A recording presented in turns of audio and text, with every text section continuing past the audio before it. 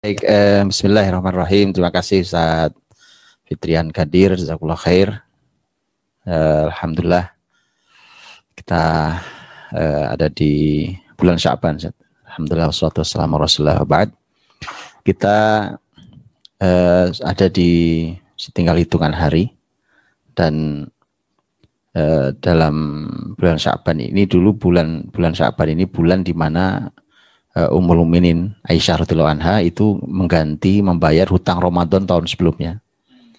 Ya, dan itu kalimat Aisyah kenapa sampai menunda mendekati Ramadan, beliau menggunakan bahasa halus sekali, bahasanya limaka nati Rasulillahi minni. Nah, ungkapannya gitu. Maknanya kita bisa pahami bahwa karena posisi Nabi di sisiku itu yang membuat saya harus menunda pembayaran Ramadan tahun lalu sampai di Sya'ban menjelang Ramadan berikutnya. Ini artinya peringatan buat kita semua, Zan, bahwa ini sudah mau Ramadan lagi, maka Bapak Ibu saudariku, siapapun, mungkin Bapak Ibu, mungkin anak-anak kita ya kan yang masih punya hutang, tolong dihitung betul, terutama kalau perempuan yang karena akan kejeda dengan haid umpamanya, tolong dihitung betul ya, jangan sampai kelewat, terutama di putri-putri kita yang lagi baru latihan.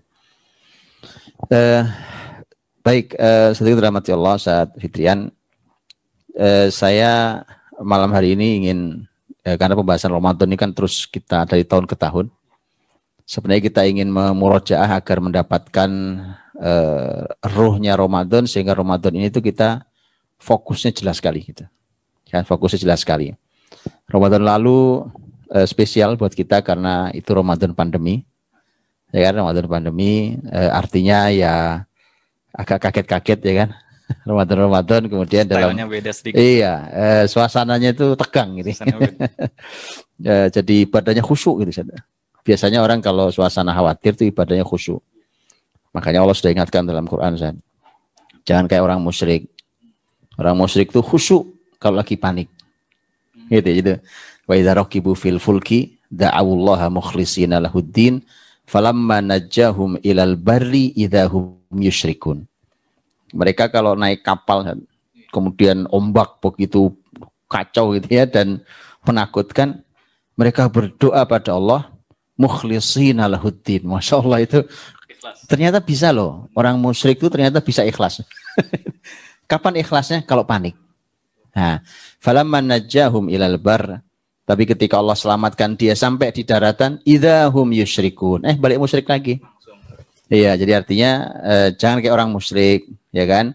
Khusyuknya kalau panik. Nah, itu orang musyrik tuh. Orang-orang beriman dia bisa khusyuk kapan saja, mau dalam keadaan sulit, keadaan tertekan, keadaan lapang, nyaman. Insya Allah Ramadan kali ini sudah mudah-mudahan lebih nyaman, bisa deh, sudah lebih nyaman ya, baik pandeminya pergi atau kita anggap pergi gitu ya. Iya. Baik, Bapak bisa saya dirahmati Allah, Ustaz Fitrian, saya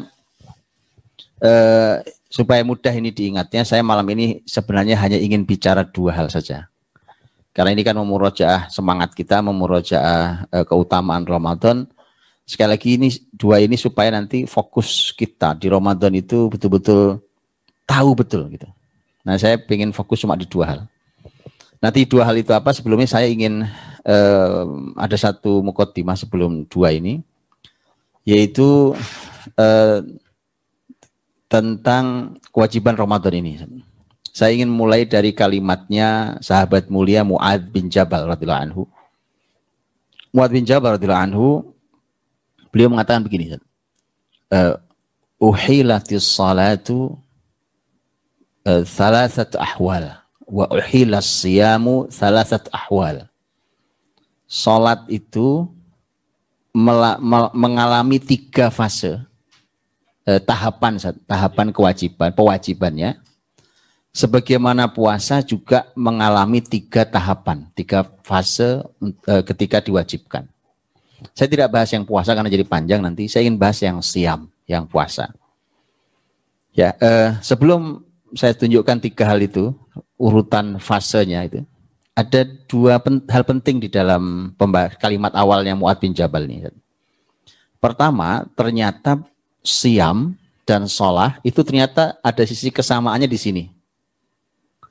Jadi artinya ketika diwajibkan itu ternyata melalui 3 tahapan. Jadi sholat dan puasa yang modelnya model kayak kita sekarang ini. Yang kita sekarang kan puasa, kita tahu modelnya puasa ini. Sholat modelnya seperti sholat kita model. Itu fase yang ketiganya, fase yang terakhirnya. Tapi fase 2, fase 1 nggak begitu. Makanya kan kita tahu ya di dalam fikih itu kenapa sampai umpamanya saya tuh kalau baca fikih kadang-kadang saya pikir perasaan kalau orang Indonesia nggak gitu-gitu amat saat gitu ya. Ini kenapa Arab gitu banget gitu ya? Iya karena kadang-kadang gini loh. Bayangkan Ustaz, kebayang nggak gitu? Orang Indonesia Ustaz, sebodoh-bodohnya orang Indonesia kalau lagi sholat, kalau sudah Allahu Akbar tangan sedekap di sini, wah itu nggak gerak Ustaz, dia diam nggak. Itu dulu sahabat tuh di awal-awal Ustaz, itu sampai kemudian ada larangan kalau sholat itu jangan bicara. Ternyata itu dulu mereka sholat Allahu Akbar itu masih bisa ngobrol Ustaz. Itu betul ada artinya. Kebayangkan gitu ya ini ya. Dulu seperti kalau orang masbuk sholat terlambat imam, kita terlambat dari imam, kemudian kita akan nambah sendiri itu. Itu dulu para sahabat itu kalau ada yang terlambat itu ngasih kode pakai jari Ustaz. Nggak kebayangkan, mungkin nggak pernah dengar ini syariat. Iya, ini sudah rakaat keberapa nih? 1, 2 gitu kan. Sampai kemudian nanti sampai Mu'adz ini sampai saya Mu'adz ya radhiyallahu anhu. Mu'adz itu sampai kemudian dia ikut aja nggak peduli mau ngasih kode berapa rakaat kayak dapatnya kan gampang dihitung aja nanti setelah itu selesai kemudian dia tambahi itu kan kekurangannya dia qadha itu. Nah itu kemudian Nabi sampai katakan udah ikuti aja nih gayanya Mu'adz nih nggak usah kalian begini. Gitu ya. Baik, saya nggak jelaskan yang sholat Ustaz. Artinya gini, ini ada pembahasan menarik ya. Ternyata mungkin kita jarang dengar bahwa kewajiban itu bisa bertahap, sebagaimana pelarangan bisa bertahap. Yang sering kita dengar kan pengharaman khamr, gitu saja. Pengharaman khamr melalui beberapa tahapan. Ternyata kewajiban pun sama, bukan cuma larangan. Ya. Jadi di dalam syariat ini kan ada kewajiban, ada perintah, ada larangan. Ada perintah dan larangan yang sekaligus turun. Jadi nggak pakai tahapan. Ada yang pakai tahapan. Jadi sholat dengan puasa itu ternyata sama-sama tahapannya 3. Dan ini penjelasannya Mu'adz radhiyallahu anhu. Penjelasannya adalah ini ketika Nabi sudah di Madinah. Baik sholat, jadi 3 tahapan itu semuanya di Madinah. Puasa pun tahapannya ketika Nabi sudah di Madinah. Berarti itu bahkan bukan pembahasan sebelum Isra Mi'raj berarti. Iya, bahkan belum, bukan pembahasan Isra Mi'raj. Gitu. Ini pembahasan di Madinah. Jadi 3 tahapan tiga ini di Madinah, di sholat ataupun puasa. Nah, jadi itu. Kemudian poin yang kedua, ini kesamaan sholat dan siam. Kemudian yang poin yang kedua yang jadi pelajaran buat kita adalah para ulama itu kan mengatakan gini, ini logikanya begini. Mengapa sih sesuatu itu sampai harus bertahap? Kan itu, kenapa sih harus bertahap? Umpamanya tentang pelarangan khamr. Ya kan? Nih kemarin geger-geger miras itu kan, umpamanya itu ya. Kenapa sih miras itu sampai itu pelarangannya sampai bertahap? Langsung aja.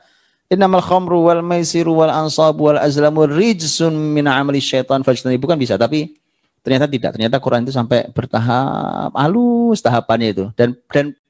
Dan tahapannya itu bukan hitungan hari, bukan hitungan bulan, bukan setahun bahkan, bertahun-tahun. Itu kalau dihitung itu hitungannya kurang lebih bisa sampai, saya lupa angkanya, mungkin sekitar belasan tahun. Jadi artinya cukup panjang fase tahapan itu. Ulama mengatakan begini, itu salah satu hikmah bahwa tahapan syariat itu sesungguhnya untuk menyikapi satu maksiat, satu dosa yang sudah sangat membudaya, menempel dan sulit untuk dihilangkan. Sehingga dia perlu tahapan. Oke, pertanyaannya adalah kalau perintah kenapa ditahapi juga? Itu kan larangan. Kenapa perintah ditahapi juga? Nah, ini hubungannya dengan yang barusan antum sampaikan tentang ayat ayyamam ma'dudat itu. Itu tahapan itu, perintah tahapan itu, dan tadi kenapa Allah menyampaikan sedikit kok cuma, ya kan? Hari-harinya nggak banyak kok Ramadan, ya kan? Padahal 7 hari gitu. Padahal 30 hari, 29 hari gitu, lama loh gitu. Jadi, tapi Allah sampaikan nggak lama gitu ya. Itu memang menunjukkan, ulama juga ulama tafsir mengatakan begini, itu karena Ramadan itu sebenarnya berat. Jadi Ramadan itu sebenarnya berat. Ya, karena itulah ini juga hikmahnya ternyata sama. Kalau tadi pelarangan itu karena berat ditinggalkannya, makanya ditahapi. Ternyata ini juga melalui 3 fase. Yang 3 fase ini untuk supaya kita ini sanggup untuk menanggung bebannya. Nah, masalahnya begini, hari ini setiap muslim, asal sudah muslim kan nggak pakai tahapan. Langsung, Ustaz. Langsung kan? Saya ada teman mu'alaf, Ustaz, orang Australia.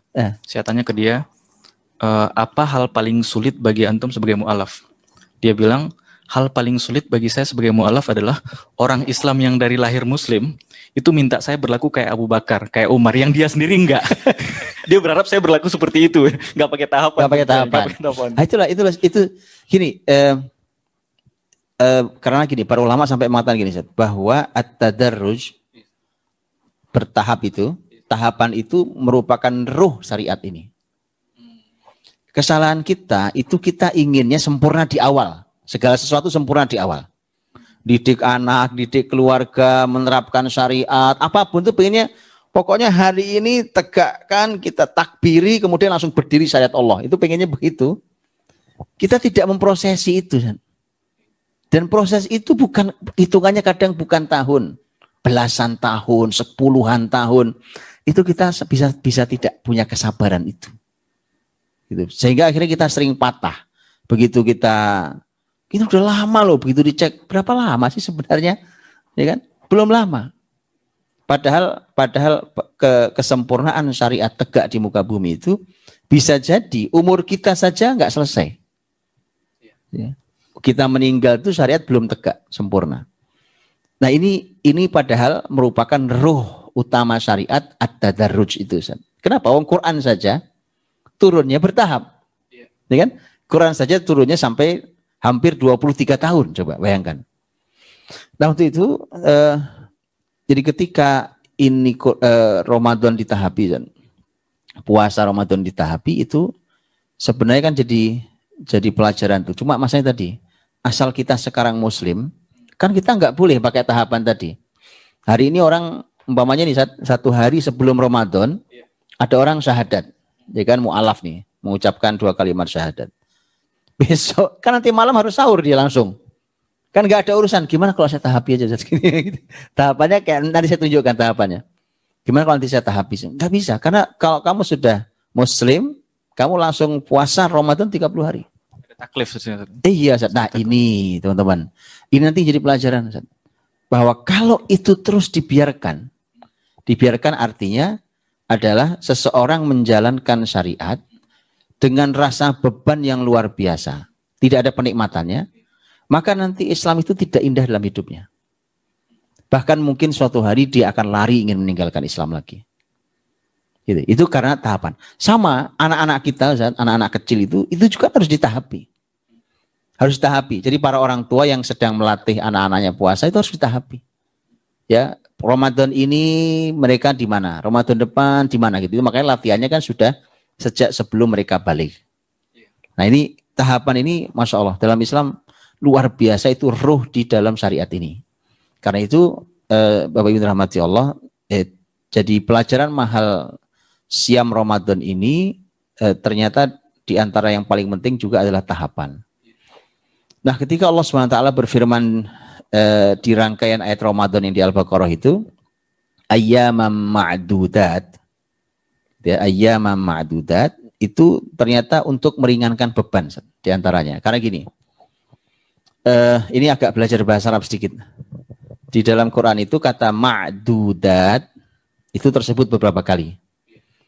Kata ma'dudah, ya ma'dudah pendek. Jadi Ada ma'dudatun pendek, ada ma'dudatun gitu. Artinya sama, cuma ma'dudah kalau secara model kata itu ma'dudah itu satu. Ma'dudat itu banyak. Dalam bahasa Arab begitu ya, bentuknya jamak, bentuknya banyak. Jadi kalau yang panjang ma'dudat berarti panjang, itu berarti banyak. Tapi kalau ma'dudah itu berarti satu. Padahal ma'dudah itu artinya adalah yang terhitung atau yang terbatas, gitu ya. Itu ma'dudah. Nah, apa bedanya? Ini dalam bahasa Arab agak rumit sedikit, gitu ya. Kalau dia bukan makhluk hidup, jadi bukan kayak kita manusia, muslim, kata muslim, muslimuna, mukmin, mukminuna, mukminat dan seterusnya. Itu kan manusia hidup. Tapi kalau dia benda, dia sesuatu yang bukan makhluk hidup seperti ini, ayaman, hari-hari itu punya kaidah. Kalau dia bukan makhluk hidup, dia ayaman, contohnya ayaman. Kalau kata setelahnya yang sifat tadi itu ma'dudah, itu kalau dia mufrad bentuknya satu, ma'dudah, gitu satu. Itu menunjukkan dia memang terbatas hari-harinya. Memang terbatas, tetapi sebenarnya banyak. Gitu. Tapi kalau ma'dudat, justru katanya menunjukkan banyak. Ma'dudat, justru sebenarnya dia artinya sedikit. Jadi ingin dikatakan begini, dia terbatas dan memang sedikit. Nah itu aja. Terbatas dan memang sedikit. Ini agak urut sedikit ya, nggak agak urut sedikit. Saya kasih contoh. Di surat Yusuf, Ustaz. Surat Yusuf umpamanya ketika orang-orang para pedagang itu kan nemu Yusuf di sumur, dibawa ke Mesir kan dijual. Mereka dapat dirham. Wa syarauhu bithamanin bakhsin darahima ma'dudah. Gitu. Mereka jual Yusuf dapat beberapa dirham yang sedikit, yang terbatas. Yang terhitung tadi sedikit tadi itu. Tapi ma'dudah. Jadi memang sedikit, tetapi buat mereka rasanya banyak. Itu karena ma'dudah. Jadi sedikit tapi rasanya banyak. Kenapa? Itu kan bukan niat mereka cuma lewat. Lah kok nemu duit nanti kan gitu. Jadi ya itu kan jadi ya itu kejutan duit. Jadi makanya walaupun cuma beberapa dirham tapi rasanya banyak. Ya. Tapi untuk Ramadan, Allah berfirman bukan ma'dudah, tapi ma'dudat, ayyamam ma'dudat. Hari-hari yang terbatas. Tapi ma'dudat jadi artinya berarti gini, hari-harinya ini sudah dia terbatas dan dia memang benar-benar sedikit. Nah, padahal ini sebulan penuh loh. Syahrul Ramadan. Kata setelahnya langsung syahrul Ramadan lu. Kok bulan ya kan? Bayangan kita ini ayyamam ma'dudat. Bayangan kita ya seminggu lah ya kan. Kita ya berarti mungkin hari-hari terbatas kita mungkin puasanya seminggu lah gitu. Ya nanti akan masuk akal ketika kita nanti tahapan. Ada tahapan kita akan masuk akal nanti. Ya mungkin seminggu lah. Seminggu ya oke lah. Ya kan kita kuat lah. Ternyata ayat setelahnya syahr artinya bulan. Syahrul Ramadan alladzi unzila fihil Quran. Sebulan ternyata gitu ya. Tapi Allah sudah kasih muqaddimah. Jadi semacam muqaddimah. Kan ayat 182 kan 182 ya. Kemudian nanti kan setelahnya pembahasan tentang dimulai dari kutiba alaikumusiyam. Kemudian ayyamam ma'dudat, baru syahrul Ramadan. Jadi kata ayyamam ma'dudat itu seperti muqaddimah. jadi memang dari situlah para ulama mengatakan bahwa Ramadan itu memang berat. Memang berat. Jadi Allah itu sampai menggunakan berbagai macam cara. Cara pertama tahapan. Tahapannya sampai 3. Sudah gitu Allah mengatakan hari-harinya terbatas kok, sedikit dan memang sedikit kok. Ma'dudat. Ya. Sugesti di situ. Iya. Nah, yang berikutnya adalah sebelum Allah berfirman tentang syahrul Ramadan, 1 bulan penuh Ramadan. Kan muqaddimahnya ayyamam ma'dudat. Jadi dikasih muqaddimah dulu. Jadi kalau gini loh, kayak sesuatu yang berat itu kan dimuqaddimahi dulu. Karena mau berat, pembicaraannya berat ini berat nih. Jadi Kita mukadimah dulu, kita tahapi dulu, biar orang siap dulu. Oke, kenapa ini saya sampaikan? Saya dirahmati Allah SWT. Padahal ibadah itu, kalau rasanya masih berat di hati, itu tidak akan mencapai puncak prestasi. Dia akan mencapai puncak prestasi ketika bisa dinikmati. Nah, Ramadan sudah dipastikan dia berat. Gitu kan? Karenanya untuk kita, bahkan yang sudah dewasa, yang Ramadannya mungkin sudah puluhan kali, ya, apalagi anak-anak kita yang masih kecil-kecil, maka tolong diperhatikan betul. Dia ditahapi, yang kedua dia harus diilmui. Supaya menjalankan sesuatu itu rasanya ada kenikmatannya. Yaitu ayyam ma'dudat. Oke, saya ingin lanjutkan kalimatnya Mu'adz bin Jabal radhiyallahu anhu.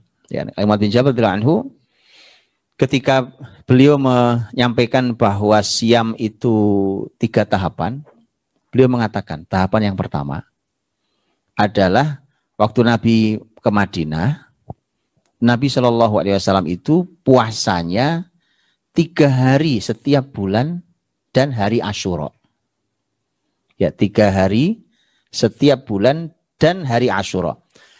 3 hari setiap bulan berarti kan kita hari ini menyebutnya Al-Ayyamul Bid, ya, 3 hari setiap bulan. Kemudian hari Asyura. Asyura berarti setahun sekali. Ya kan, Asyura kan 10 Muharram. Artinya cuma setahun sekali. Setiap bulannya ada 3 kali. 36. Iya. 7 kali setahun. Jadi berapa Ustaz itu? 37 kali. 37 kali total 37 kali. Sebenarnya banyak Ustaz. Jadi sebenarnya kita supaya tahu ya, sebenarnya Ramadan itu hanya puasa yang tadinya disebar selama setahun dikumpulkan jadi sebulan. Kan sama-sama kurang lebih 30 kan? 3 sebulan plus 6 hari. Plus 6 hari. Sebenarnya malah lebih berat yang pertama, tahapan pertama kan? Karena kalau di total 37 hari. Iya, lebih besar. Jadi sebenarnya lebih berat. Jadi benar dong kalau dibilang Ramadan itu ringan kok. Oh, kalian kemarin bisa kok. Iya. Gitu kan. Cuma memang kan beda saat rasanya disebar dengan dikumpulkan rasanya kan lain. Iya. Nah, jadi itu tahap pertama. Tahap kedua itu adalah sudah diwajibkan, sudah diwajibkan Ramadan tapi diberi pilihan. Karenanya ayat yang syahrul Ramadan alladzi unzila fihi al-Qur'an hudal linnasi wa bayyinatin minal huda wal furqan. Nanti faman syahida minkum asy-syahra falyasum, kan ada pembahasan tentang wa man kana maridun aw ala safarin fa iddatun min ayamin ukhra. Nanti kemudian wa alladzina yutiqunahu fidyatun ta'amu miskin. Nah, kalimat wa 'alal ladzina yutiqunahu fidyatun ta'amu miskin itu ulama berbeda pendapat dalam memahaminya. Tapi yang memahami bahwa orang-orang yang tidak sanggup puasa kemudian membayar fidyah, maka itu kalau itu mudah memahaminya. Oh, berarti banyak orang sudah sepuh atau orang penyakitnya berat gitu saja. Gak mungkin juga mengganti di bulan lain, maka ya sudah bayar fidyah. Tapi ternyata kan pembahasannya wa 'alal ladzina yutiqun. Malah yang mampu. Kuat. Malah yang mampu kan? Ada tokoh di sana. Ada tadi kenapa ada beda tafsir itu? Karena ada 2 pemahaman tentang kata at-toqah. Itu ada 2 pemahaman. Kalau terjemahannya adalah tidak mampu, maka selesai. Kayak nggak mampu bayar fidyah. Tapi bagaimana kalau pemaknaannya adalah wa 'alal ladzina yutiqun, orang-orang yang mampu puasa bayar fidyah. Loh gimana sih? Wa alladzina yutiqunahu fidyatun ta'amu miskin. Kok boleh bayar fidyah? Wong saya mampu kok. Nah, itu yang disampaikan Mu'adz radhiyallahu anhu bahwa itu tahap 2 sebenarnya. Jadi tahap 2 itu ada aturan bahwa sudah Ramadan puasa loh ya, gitu. Tapi kalian boleh milih. Mau puasa boleh, mau bayar fidyah boleh. Opsional. Jadi Ramadan itu awalnya opsional. Jadi awalnya adalah boleh puasa boleh bayar fidyah. Kalau kamu nggak pengen puasa ya nggak apa-apa, makan minum siang hari Ramadan, tapi kamu harus bayar fidyah. Ini tahap 2, jangan ditiru ya. Ini tahapan syariat. Nanti besok orang salah paham, kemarin diajari sama saya cerita saya cerita tahapan ini ya, cerita tahapan. Kemudian ada syariat yang juga ditahapi selain puasanya, yaitu masalah aturan berbukanya. Itu juga ada tahapannya. Ini masih tahap 2 nih. Yaitu kalau dulu aturannya, kalau orang itu kalau berbuka boleh makan, boleh minum, boleh bercampur suami istri sepanjang belum tidur. Maghrib tiba nih, buka puasa kan, makan minum boleh, campur suami istri boleh. Itu masih boleh dilakukan, makan boleh, minum boleh, bercampur suami istri boleh sepanjang belum tidur. Begitu tidur itu sudah nggak boleh lagi. Tidur nih saat tidur bangun malam itu kan, kok haus nggak boleh minum itu dulu. Itu nggak boleh tuh. Itu kenapa kemudian sampai ada sahabat itu yang sampai disebutkan tuh siang hari itu Nabi ketemu itu sudah hampir pingsan itu ya. Ada yang menyebutkan dalam riwayat itu pingsan bahkan. Itu ditanya oleh Nabi, kenapa bisa sampai kayak begini? Puasa kok sampai kayak gini? Ternyata dia cerita, kemarin tuh dia kerja seharian lelah, Ustaz. Pulang kerja, ya kan? Pulang kerja itu dia saking lelahnya tidur, Ustaz. Maghrib tiba itu, Ustaz, tidur dia. Padahal kalau sudah tidur, tidak boleh makan, nggak boleh minum, nggak boleh campur suami istri. Iya, jadi itu dia seharian full puasa, 24 jam itu puasanya. Ketemu besok nyambung lagi puasanya kan. Jadi 24 jam kurang lebih ditambah 12 jam. Kurang lebih kalau jam normal kita ya. Jadi itu sahabat itu puasa 36 jam. Dan itu luar biasa lah. Nah itu saat kemudian disebutkan dalam riwayat Umar radhiyallahu anhu melanggar.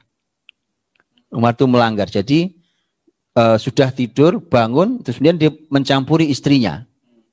Jadi sahabat berat sekali di tahap 2. Yang poin ini berat sekali. Nah, turunlah ayat. Kalau yang tahapan puasa tadi yang masih opsional, pertama itu menjadi tidak opsional, ini masuk tahapan 3.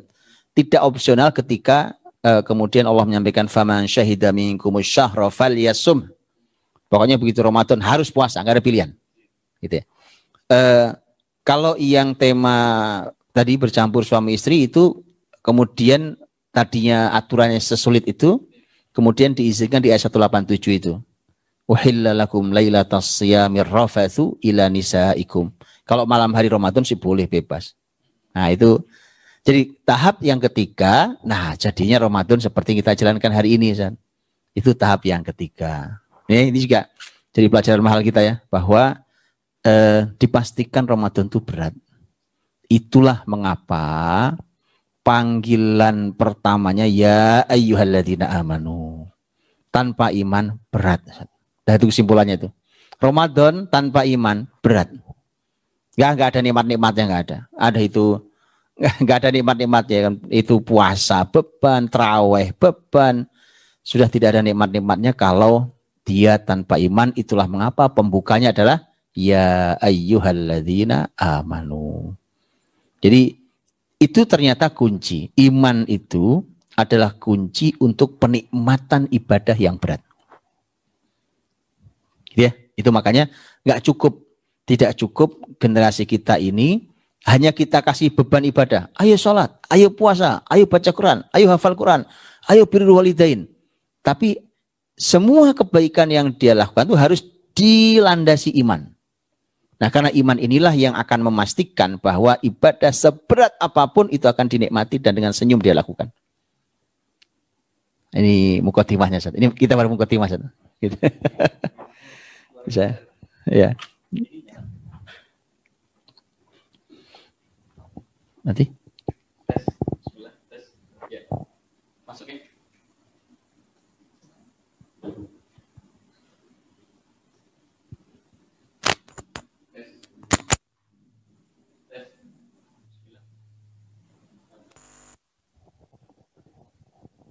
Tes.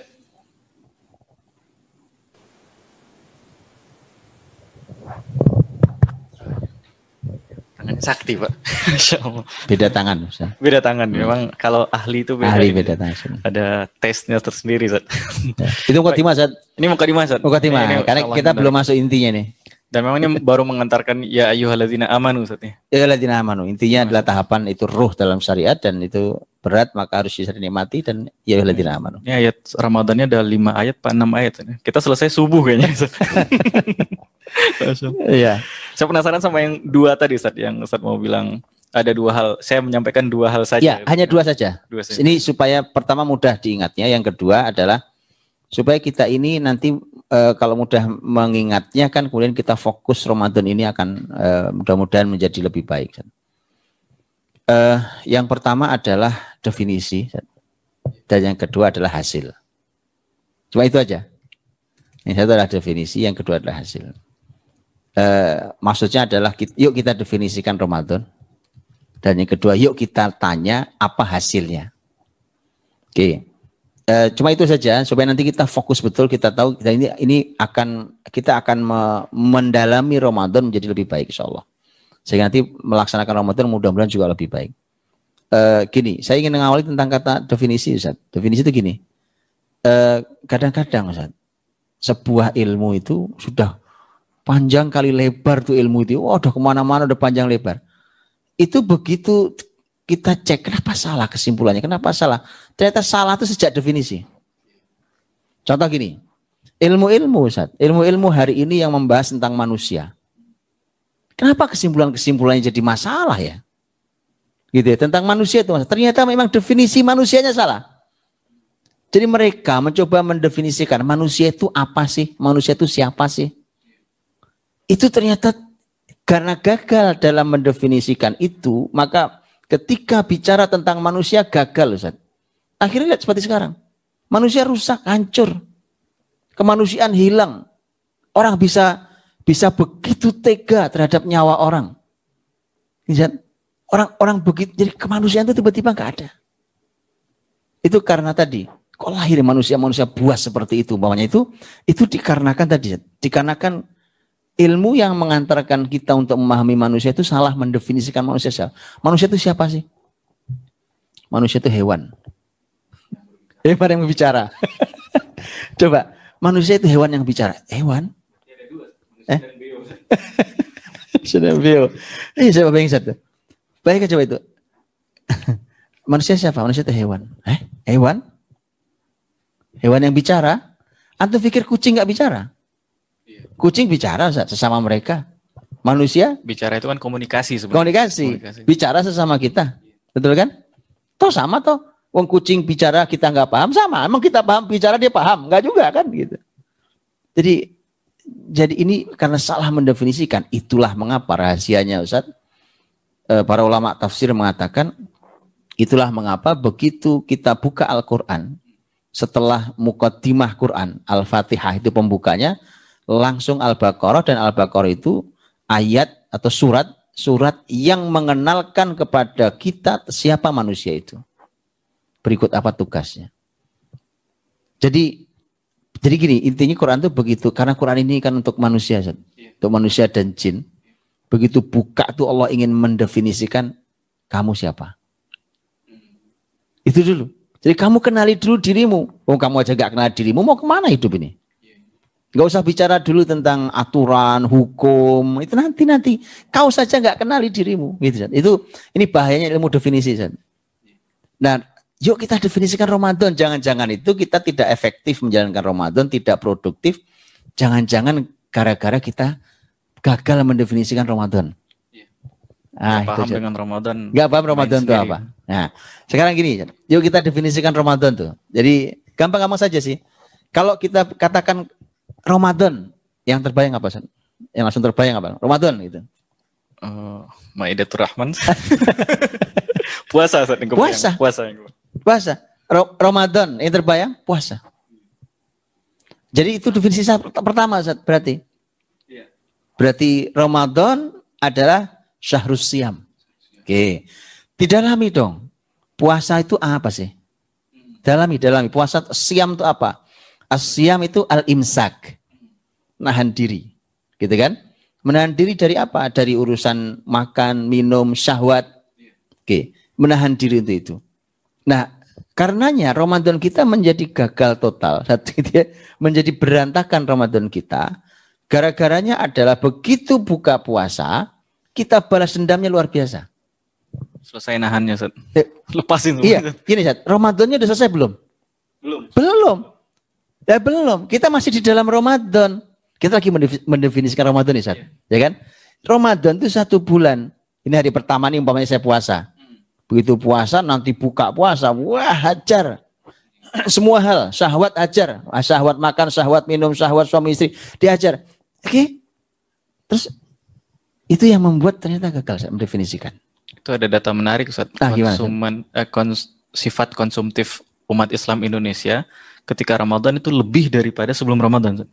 Itu imsaknya gagal. Ada yang gagal di situ. Karena siam itu imsak. Imsak itu nahan diri. Al-imsak itu menahan diri. Itulah siam aslinya. Jadi gitu ya, Bapak Ibu. Jadi ternyata kita menjadi gagal di dalam pembahasan menahan diri. Coba lihat nih, ini bukti menahan diri, Ustaz. Dari awal Ramadan makin ke belakang itu kan sarung Nabi makin dikencengin. Gitu kan ya? Bahasanya kan syadda mi'zarahu. Kan? Syad itu diikat kencang-kencang. Mi'zar ini sarung ini. Ikat kencang-kencang. Jadi makin itu kan 10 hari terakhir. Waktu Nabi itikaf itu. Jadi 10 hari terakhir itu Nabi ngencengin sarung, orang bilang, gitu ya. Walaupun para ulama mengatakan maknanya adalah menjauhi istrinya. Tapi artinya bahwa ternyata memang Ramadan itu makin ke belakang saat grafik menahan dirinya makin tinggi. Itu baru Ramadannya benar. Gitu ya, teman-teman. Ini baru Ramadan dengan definisi syahrus siam. Jadi semua hal yang membatalkan kemampuan menahan diri jangan dilakukan di Ramadan. Ramadan itu memang kesempatan nahan diri. Nah, memang untuk menahan al-imsak itu nahan semuanya. Syahwat-syahwat itu dilatih, dikendalikan di sini. Ini menarik, Ustaz. Jadi syahwat manusia itu dia harus dipasangi tali kekang, Ustaz. Tahu tali kekang ya? Jadi kayak kuda itu kan ada tali kekangnya itu. Nah itu. Jadi syahwat itu harus dipasangi tali kekang itu. Kenapa? Kapan-kapan dia mau melompat, si syahwat itu dia bisa ditarik, berhenti dia. Nah ketika dia diumbar, sudah 11 bulan kita mengumbar. Makan diumbar, minum diumbar, semua diumbar. Kan? Apalagi ada budaya kuliner.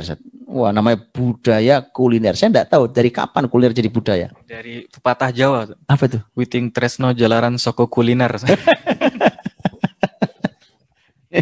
ini orang Minang rusak bahasa Jawa ya.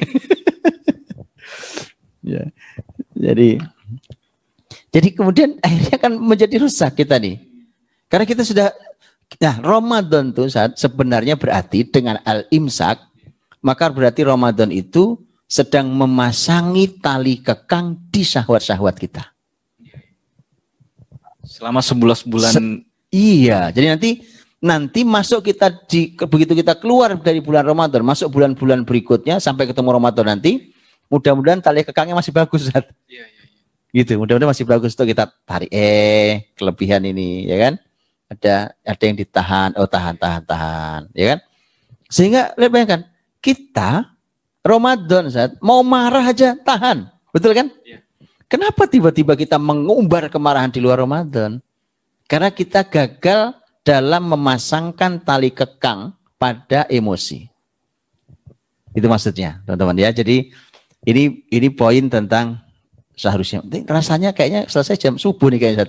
Ini baru 1 poin. Saya nyatet banyak ini, Ustaz. Tapi ini saya baru mulai paham. Saya bacakan tadi hadis riwayat Tabrani dan beberapa Imam Ahmad juga meriwayatkan hadisnya yang di awal saya baca, Ustaz, ufturida alaikum siyamu, itu diucapkan Rasul setelah qad ja'akum syahrul mubarak, bulan yang diberkahi. Dan salah satu berkahnya itu adalah diwajibkannya puasa. Jadi puasa itu bukan kewajiban saja sebenarnya, tapi kebutuhan jadinya. Kalau melihat apa yang antum sampaikan tadi bahwa 11 bulan kita nggak pernah menahan apapun, kalau nggak disediakan 1 bulan dalam setahun itu momen untuk menahan, itu kita akan labrak apapun. Dan sampai ada dokter yang bilang, ini dokter yang bilang, Terus dia bilang kalau kita nggak membiasakan puasa setiap tahun, minimal sekali puasa, kita akan wajib puasa karena sakit, bukan karena agama. Soal gitu ya. Kita akan wajib puasa karena penyakit, tetap bukan karena puasa. agama. Iya. Tetap akan puasa ya. Jadi Allah mewajibkan puasa itu keberkahan buat kita. Itu jadi pahala. Tapi kalau penyakit yang mewajibkan puasa belum tentu jadi pahala. Apalagi kalau ngomel-ngomel sakit. Iya betul. Masya Allah, tabarakallah. Iya itu betul. Dan kalau kita semua tahu kan bahwa kalau babnya adalah kesehatan, wah itu sudah tidak perlu diragukan, nggak perlu dibahas lagi, saking banyaknya pembahasan. Itu sudah luar biasa. Dan puasa versi muslimin, kan agama lain juga ada puasa, Ustaz. Tapi puasa versi muslimin dari tata caranya sampai waktunya, ya itu benar-benar teruji secara ilmiah di dalam banyak penelitian. Baik, gitu ya. Itu tinggal cari. Oke, itu baru satu definisi. Definisi pertama itu. Kalau kita definisikan Ramadan syahrus siyam. Gitu kan? Oke, yuk kita cari definisi kedua, Zat. Kalau disebut Ramadan yang kebayang apa, Zat? Tadi puasa ada itu. Ramadan yang kebayang apa? Tarawih. Malam. Berarti syahrul qiyam. Syahrul qiyam. Qiyam itu artinya diri, Zat. Berdiri kan ya? Iya. Artinya berdiri itu. Padahal qiyam maknanya qiyamul lail atau qiyam Ramadan. Karena bahasa Rasul memang man qama Ramadan. Memang qiyam Ramadan. Ulama lah yang memiliki, jadi yang membuat istilah at-tarawih itu bukan Rasul tapi ulama. Para ulama menggunakan kata tarawih ini unik Ustaz. Qiyam Ramadan. Jadi ini kalau kita tulis qiyam Ramadan sama dengan at-tarawih. Ini jadi enggak, menurut saya tadi enggak apple to apple Ustaz. Iya. Betul Ustaz ya? Karena itu BlackBerry kayaknya. Karena qiyam Ramadan, kebayangkan kira-kira gini, qiyam Ramadannya Nabi kayak qiyam kita atau tidak, lama dan sebentarnya? Jelas tidak. Nabi qiyamnya panjang sekali Ramadannya. Tapi ulama menyebutnya at-tarawih. At-tarwih dalam bahasa Arab artinya kan nyantai. Iya. Rahat. Iya. Jadi rehat. Jadi memang at-tarawih, tarwih itu artinya memang lagi bersantai kan. Makanya ada at-tarwih itu orang kalau lagi menghibur diri, ya kan lagi nyari hiburan itu namanya lagi at-tarwih.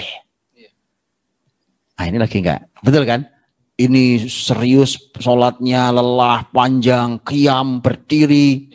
Apalagi Nabi SAW pernah mengatakan bahwa kata Nabi afdhalus shalah itu adalah atwaluha qiyaman.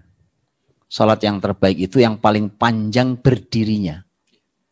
Berdirinya. Itu kenapa kata berdiri mewakili salat.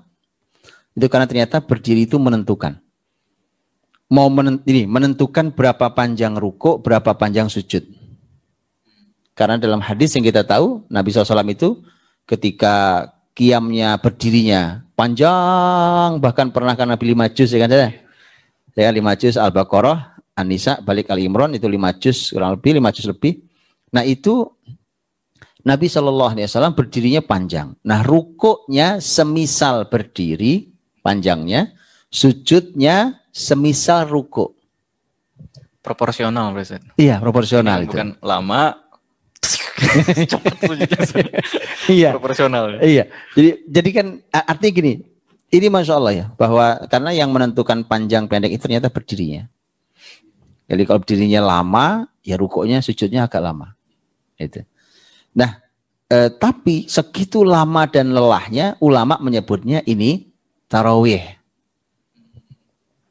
Kok bisa nyantai itu gimana gitu kan? Nah, ini banyak makna nih. Banyak makna ini. Karena memang dulu, para ulama dulu, itu melaksanakan sholat qiyam Ramadan, kan setelah zaman Umar kan kemudian sholat qiyam Ramadan itu di masjid ada imamnya kan, dia nanti dihidupkan kembali itu. Nah di masjid-masjid muslimin menjadi begitu seperti hari ini yang kita jalankan di tarawih kita. Itu gini, kenapa dulu namakan tarawih? Karena dulu para ulama ketika menjalankan qiyam Ramadan tuh santai. Jadi kalau kita pakai yang eksekutif, ya Kalau bis eksekutif saat itu, wah, atau yang ekspres gitu ya, itu nggak masuk memang. Jadi gini, jadi kalau ada yang tarawihnya cepat-cepat tuh saat itu nggak usah pakai debat, itu saja menyalahi namanya, gitu, menyalahi namanya. Kenapa? Tarawih itu artinya nyantai, santai-santai. Bahkan dahulu,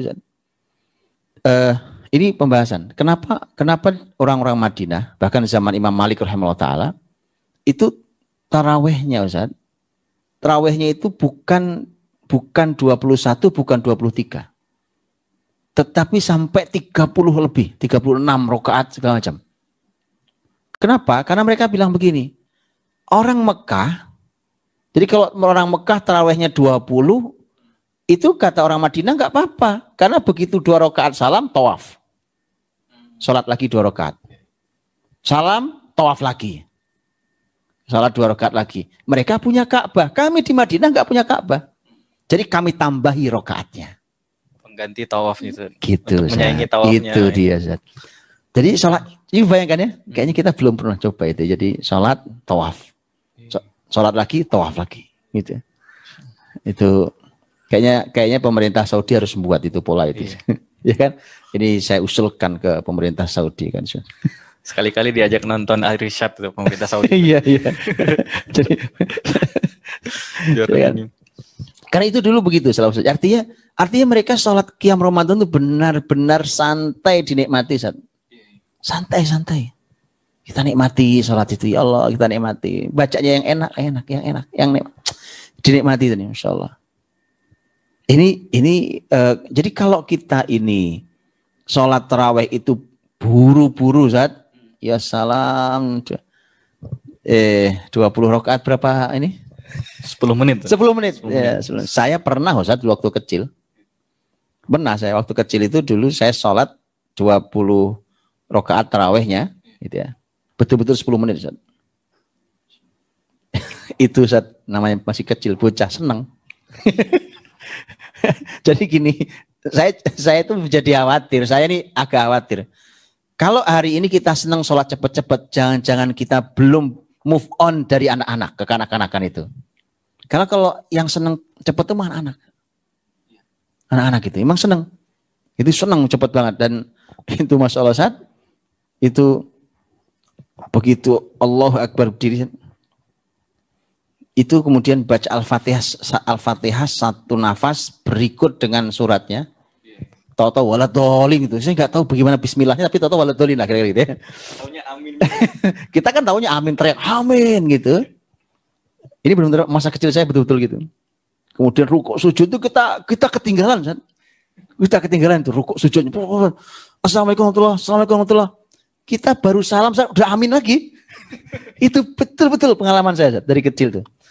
Nah itu tidak sejalan dengan namanya. Namanya at-tarawih. Gitu ya. Jadi kita gagal mendefinisikan bahwa Ramadan itu syahrul qiyam. Itu sudah gagal. Gitu ya. Kita lanjut ya. Definisi banyak ini. Terus gini, nanti kalau nggak cukup waktunya saya cuma pengen gini. Coba bayangkan Ramadan itu apa saja. Tadi apa yang terbayang begitu disebut Ramadan. Terus bahas definisinya. Nanti kita akan tahu, oh selama ini saya salah. Itu kenapa Ramadan menjadi tidak produktif. Ya, tadi syahrul siam tadi sudah. Sekarang syahrul qiyam. Dan Masya Allah syahrul qiyam itu kayak. Kita lanjut saat ini definisinya. Ya, atau kita pindah nih. Ini luar biasa, Ustaz. Kata qiyam itu saya sempat baca potongan syair, Ustaz. Yang ngucapin itu budak, Ustaz. Budak ketika mau dibeli, terus dia nggak pengen dibeli sama orang ini. Terus dia bilang ke orang ini yang mau belinya, ana idza ju'tu akrahu qiyaman wa idza syabi'tu ahbabtu nauman. Akhirnya nggak jadi beli ini. Saya itu kalau saya lapar, saya nggak suka qiyam. Dan kalau saya kenyang, saya itu suka tidur. Nah, qiyam ini salah satu maknanya di situ dikatakan aktif, Ustaz. Karena sifat Allah itu al-qayyum, artinya qama bi nafsihi wa qama bihi ghairuh. Artinya Allah bertindak aktif dengan diri sendiri dan yang lain itu semuanya aktif karena izin Allah. Nah, artinya memang malam itu nggak cuman sholat aja, tapi ada aktivitas yang baik itu aktivitas fisik ataupun hati gitu, dari makna qiyam itu. Masya Allah. Betul Ustaz. Lah kan kata qiyam tadi kan ternyata begitu disebut cuma qiyamul lail. Aktivitas semua isinya Ustaz. Iya, iya. Ya kan, sholat saja aktivitasnya udah dari berdiri, ruku, sujud, bacaan, ya kan, salam, ini berdiri lagi, itu aktivitasnya luar biasa. Nah, terus nanti akan begini, Ustaz, akan begini. Saya ini juga minta ya ke teman-teman Ustaz. Jadi yang gini, kita ini kan suka, hari ini kan gini ya, ini masanya Ustaz, masa anak muda hari ini tuh senang dengan challenge. Jadi istilahnya challenge. Yang kedua adalah experience. Wah itu kan anak muda sekarang. Sekarang saya challenge Ustaz. Saya mau challenge anak muda hari ini. Saya mau kasih experience luar biasa. Nabimu pernah sholat Al-Baqarah, Ali Imran, An-Nisa. 1 rakaat. Nah challenge. Kapan saya tungguin? Jangan challenge itu cuma ya receh-receh. Nggak keren Ustaz. Ini keren nih. Challenge experience dah Ustaz. Santri Ustaz. Santri Al-Fatih Ustaz. Masya Allah. Kelas 1 sekarang kelas 2 berarti. Itu dia saya Ramadan kemarin tuh dapat cerita. Dia tanya ke mudirnya Ustaz Ja'far, Ustaz, boleh nggak saya sholat menyelesaikan Quran 1 malam? Kata mudirnya di challenge Ustaz. Ya anak mudanya. Silahkan. Dia diri dari jam 9 Ustaz. Rukunya jam setengah 1. Jam 12 lewat rukunya Ustaz. Itu challenge accepted sama 1 anak itu. Masya Allah. Itu kisah saya tahu saat itu. Iya. Akhirnya saat malam berikutnya itu ada orang dewasa, Ustaz. Badannya bagus, tegap ya kan. Begitu dia tahu itu, dia ikuti Ustaz. Dia berdiri di sampingnya malam. Kalau itu saya tahu. Ustaz, dia coba kayak apa rasanya bocah itu kok bisa. Dia lakukan, beliau malam itu Ustaz, yang beliau lakukan. Beliau Ustaz yang ikuti anak itu besok tidur seharian. Yang berarti memang ini yang dipanggil tuh iman. Itu bukan kekuatan. Jadi, oke, teman-teman, jadi gini mas saya. Ini challenge keren nih. Jadi teman-teman yang belum ngerasain, belum pernah ngerasain ya, satu rakaat Al-Baqarah, Ali Imran, Nisa. Cobain deh. Betul Ustaz. Allah Ustaz, rasanya itu ajaib. Namanya ini ya tentu tidak bisa saya ceritakan. Tapi tolong dirasakan langsung aja. Rasakan langsung aja. Kalau nggak ada jamaah ya sendiri aja. Kan juga ini kan kita main challenge yuk. Kita main challenge yuk. Ini challenge kebaikan, kemuliaan nih. Minimal dari 30 malam, 1 malam aja minimal. Sekali aja, cobain dulu lah. Namanya challenge experience. Cobain lah sekali aja. Kayak apa rasanya? Karena Nabi kita pernah lakukan itu. Itu kan gini Zat. Itu belum panjang karena Nabi itu bukan cuma baca panjang Al-Baqarah, enggak. Nabi disebutkan, Nabi itu setiap melewati ayat rahmat, Nabi berdoa dulu, minta rahmat. Setiap Nabi melewati ayat azab, Nabi berlindung dulu. Itu seberapa panjangnya itu berarti? Udah nggak usah itu dulu deh, pokoknya baca aja dulu. Nah, itu qiyam itu. Definisi Ramadan syahrul qiyam. Ini udah 9.30 ini Ustaz. Gimana nih? Subuh selesai Ustaz. Ini qiyamul lail. Gitu ya. Makanya tadi saya bilang, pokoknya saya kalau itu saya sebutkan sebagian saja. Nanti kalau tidak selesai, pokoknya definisikan dulu yang baik. Insya Allah kan produktif kita tahu nih, di mana masalah kita selama ini. Oke, kita masuk definisi 3 Ustaz kalau gitu. Ini langsung Quran kan yang menyampaikan syahrul Ramadan alladzi unzila fihil Quran. Nah itu. Berarti Ramadan syahrul Quran. Sudah, syahrul Quran ya kan? Ramadan syahrul Quran. Nah, Rasulullah SAW, sebagaimana disampaikan oleh para sahabat, Nabi itu, karena Nabi SAW ajwadan nas. Nabi itu orang paling dermawan. Wa ajwad ma yakunu fi Ramadan hina yalqahu Jibril wa dzalika kull lailah. Nabi itu orang paling dermawan dalam kebaikan, dan Nabi itu lebih dermawan lagi di bulan Ramadan ketika ditemui Jibril, dan itu setiap malam. Wa kana yudarisuhul Quran. Dan Jibril itu datang kalau Ramadan tiap malam ke Nabi, terus mudarosah Quran. Ulama mengatakan mudarosah Quran bukan cuma murojaah Quran. Berarti Nabi itu malamnya, lihat ini supaya kita kebayangkan, suka banyak nanya saat ke saya, saat Nabi itu sebenarnya Ramadan ngapain aja sih? Ini jelas nih. Dari aktivitas malam itu ketemu Jibril. Kalau Ramadan malam Jibril datang. Jibril datang itu ngapain? Mudarosah. Mudarosah Quran itu dari mulai murojaah, bacaan, hafalan, sampai mudarosah, dari kata dars, pelajaran. Kita belajar ilmunya, tafsirnya, ilmunya, isi kandungan, tadaburnya. Ya, itu dilakukan Masya Allah di malam hari bersama Jibril, dan itu setiap malam. Dan dengan keadaan seperti itu kedermawanan Nabi meningkat dibanding bulan sebelumnya. Nah, jadi peningkatan kedermawanan ada hubungannya dengan dua hal. Satu, bertemu Jibril. Yang kedua, mudarosah Quran. Nah, jadi kalau mau dermawan meningkat Ramadan itu secara ketemu orang-orang soleh, kan kita ketemu Jibril nggak bisa ya. Jadi yaudah, ketemu orang-orang baik, ketemu orang-orang yang mulia, kemudian kita mudarosah Quran. Nanti dunia itu lepas dari tangan, itu lepas, gitu. Karena sudah, ya Allah ya, tidak ada artinya memang dunia ini gitu. Jadi itu suasana Ramadan. Jadi Quran sendiri yang mendefinisikan bahwa Ramadan itu adalah syahrul Quran. Nah, karena dia syahrul Quran wa mudarosatuhu, ya, jadi syahrul Quran, dia bulan Quran wa mudarosatihi, dan mudarosah Al-Quran itu. Maka itulah mengapa yang sering kita dengar penjelasan para ulama, seperti kita sering dengar dulu, para Masya Allah ya, para ulama ahli dahulu, Ustaz, itu mereka, karena mereka ini enaknya penghafal Quran tuh gini, Ustaz. Enaknya penghafal itu kan dia nggak perlu megang mushaf. Gitu ya. Dan dia baca Quran tidak terbatasi oleh apapun.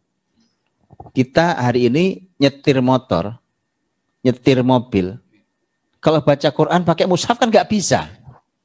Tapi kalau dihafal bisa. Makanya kisah-kisah bahwa dahulu salafus soleh itu mereka satu hari itu satu kali khatam 30 juz, itu bisa dilakukan kalau dia hafal 30 juz. Karena kalau pakai mushaf, rasanya ya bisa, bukan tidak bisa. Bisa, tapi ya nggak bisa lakukan tiap hari kalau gitu. Sekali-sekali mungkin. Kalau Hafiz kan ke masjid udah bersatu. Iya, ini ke situ 1 juz, balik 1 juz. Jalan sana 1 juz, 1 juz itu. Ya, saya punya data, Ustaz. Punya data ajaib-ajaib data. Imam Nawawi umpamanya, beliau mengatakan begini, menceritakan tentang seorang alim namanya Al-Imam Abu Bakar Ibnu Ayyash. Ibnu Ayyash itu waktu beliau mau meninggal, Ustaz, itu kan anaknya nangis, Ustaz. Anaknya nangis kemudian sampai tapi kemudian Abu Bakar Ibnu Ayyash itu berkata begini, Ustaz. Ini saya sampaikan, ini banyak data saya. Jadi dia berkata pada anaknya yang nangis itu, inna abaka lam ya'ti fahishatan qat. Bapakmu ini enggak pernah berbuat perbuatan keji. Wa innahu yakhtimul Qur'an mundu 30 sanah fi kulli yaumin khatmah. Dan bapakmu nih menghatamkan Quran 30 juz sejak 30 tahun lalu, setiap hari sekali khatam. Ya, 30 tahun. 10.000 kali. 10.000 kali. 10.000 lebih. 10.000 lebih. Ya salam. Manusia apa itu? Itu. Ya, saya tidak terlalu suka menceritakan ini. Saya nggak terlalu suka sebenarnya, karena ini kadang-kadang di sebagian orang bukan nambahin semangat, Ustaz. Jadi pesimis. Jadi malah down gitu. Itu jadi kan orang lain. jadi tapi nggak apa-apa lah ya, sekali-kali kan, karena ini Masya Allah kita orang yang luar biasa semangat. Bahkan Abu Bakar bin Ayyash ini sampai artinya juga menghibur gitu, menghibur putrinya yang juga nangis. Kita tadi putrinya nangis juga, dia bilang, la tabki ya bunayyati, jangan nangis putriku. Atakhafina an yu'adzibani Allah. Apa kamu takut Allah mengazabku, menghadap ayahmu ini. Faqad khatamtu fi hadhihi zawiyah 24,000 khatmah. Saya sudah bapakmu ini nak menghatamkan Quran di pojokan rumahmu ini 24.000 kali. Kau takut ayah Allah menghadap ayahmu? Gimana ya? Ini generasi apa nih kayak gini nih kan? Jadi wajar kan kalau peradaban ini diserahkan Allah ke mereka. Ya kan yang sering kita bahas, innallaha yarfa'u bihadzal kitabi aqwaman wa yad'u bihi akharin. Allah mengangkat satu kaum dengan Alkitab ini dan Allah hancurkan juga dengan Alkitab ini. Jadi kalau kayak gini interaksi mereka dengan Alkitab, Masya Allah, tabarakallah, gitu ya. Nah itu kan Zat, itu kan di luar Ramadan Zat. Di dalam Ramadan mereka lipat dua. Imam Syafi'i, Imam Abu Hanifah itu sama Zat. Sekali satu kali hatam, satu hari satu kali hatam. Tapi kalau Ramadan beliau bagi dua, siang sekali hatam, malam sekali hatam. Ya apa ya? Emang kerjaan mereka cuma baca Quran? Enggak.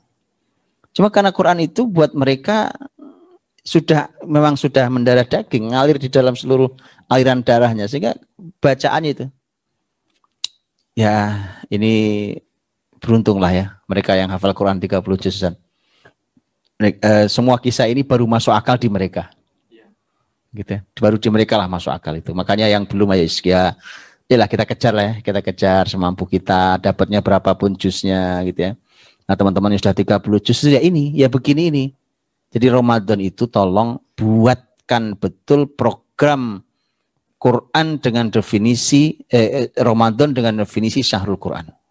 Jadi tolong betul-betul buatkan program istimewa khusus untuk Quran di bulan Ramadan.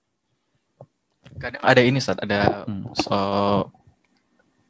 anak-anak muda juga berpikiran mana yang lebih baik, mengkhatamkan Quran sebanyak mungkin di Ramadan atau khatam sekali terus sisanya mungkin selama 30 hari saya mencoba mengkaji surat Al-Baqarah, Al-Fatihah, Al-Baqarah dan Ali Imran misalnya.